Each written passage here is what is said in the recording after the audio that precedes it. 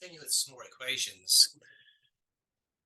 Estimate the decimals by multiplying by power 10 and then solve. I'm sorry, eliminate the decimals by multiplying by 10 and solve. So one thing to learn in math is if you multiply by a power of 10, that makes the decimal move to the place to the right one.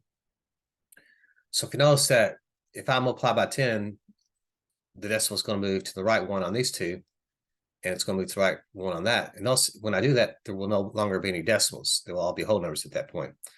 So if I want to multiply each side by 10, I can do so. In doing so, this is going to make the problem much easier. We may not have to use the calculator.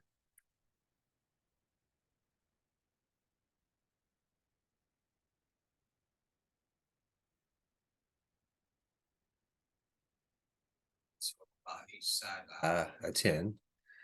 So again, when I multiply by 10, 10 times 0.9 is going to actually turn that into a 9, so it's going to be 9x. 10 times 0.2 is going to turn that into a 2. And 10 times 4.7 is going to be 47. So now we have something without decimals. So again, if we want to solve for x, get x by itself, we can go after the zero pair of this constant using a negative, as long as we use a negative over here.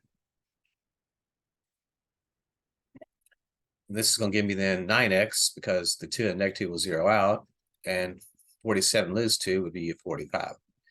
Now you can probably see the answer to that one. X would equal 5. But again, if I want to get rid of the coefficient, I can divide both sides by 9.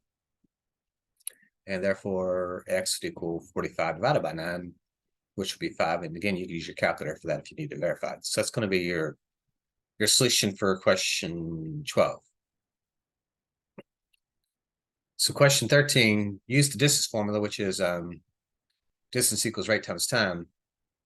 So if a tractor trailer rig is driven 422.5 miles at 65 miles per hour on interstate highways, how long does it take to make a trip? So we're looking for time. What I would probably do is I would probably write the problem as R times T is equal to D, where R stands for the rate, T is the time, and D is the distance. And what I would do is just substitute what we know into the formula. The distance is the 422.5, so it's going to be this side over here. And 65 miles per hour is a rate, so that's going to be the 65 is going to be here. And we're going to be multiplying by how long, which is the time, so it's going to be 65t. So if we solve that equation, all we have to do is get rid of the coefficient of 65, divide both sides by 65, and this will give us our time.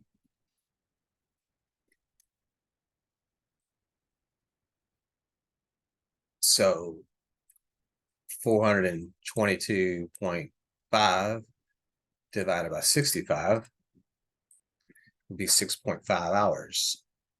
Since we're talking miles per hour, our time is going to be 6.5 hours.